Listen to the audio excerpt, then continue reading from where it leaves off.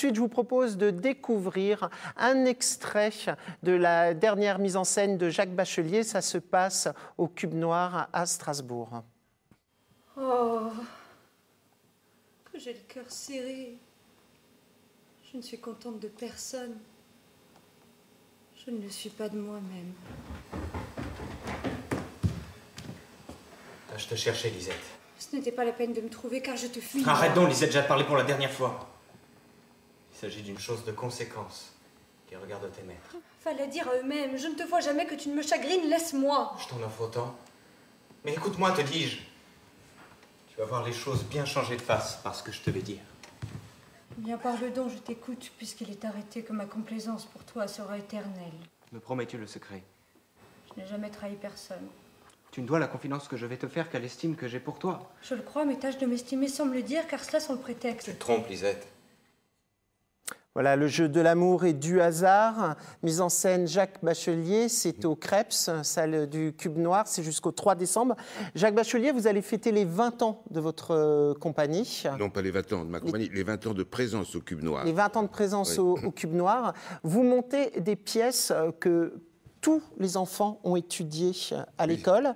Oui. Et je suis toujours étonnée de voir que vous êtes quasiment le seul à monter ces pièces.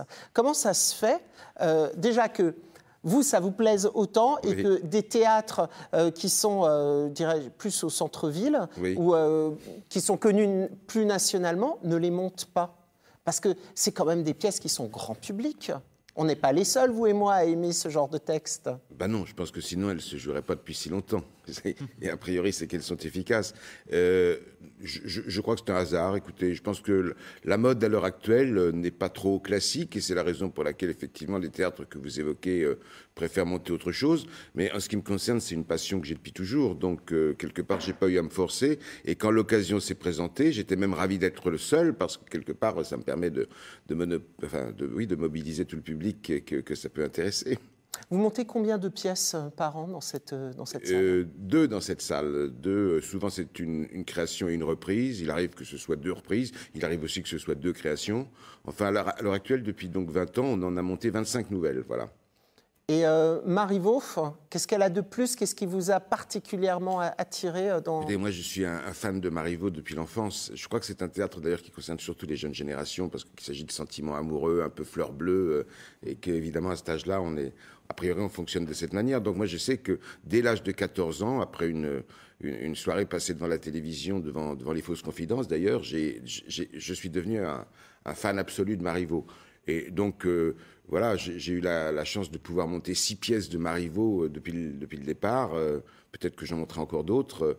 Je ne peux pas vous en dire plus. En tous les cas, c'est toujours merveilleux d'aller voir ces pièces au Creps, salle du Cube Noir. J'invite vraiment les professeurs, si vous voulez faire découvrir à vos élèves des pièces de théâtre, ou si vous voulez voir en vrai les livres que vous avez lus à l'école et qui parfois vous plaisaient pas au premier abord, allez voir la pièce. Les costumes sont magnifiques. C'est le théâtre comme on l'aime quand on est jeune. Voilà.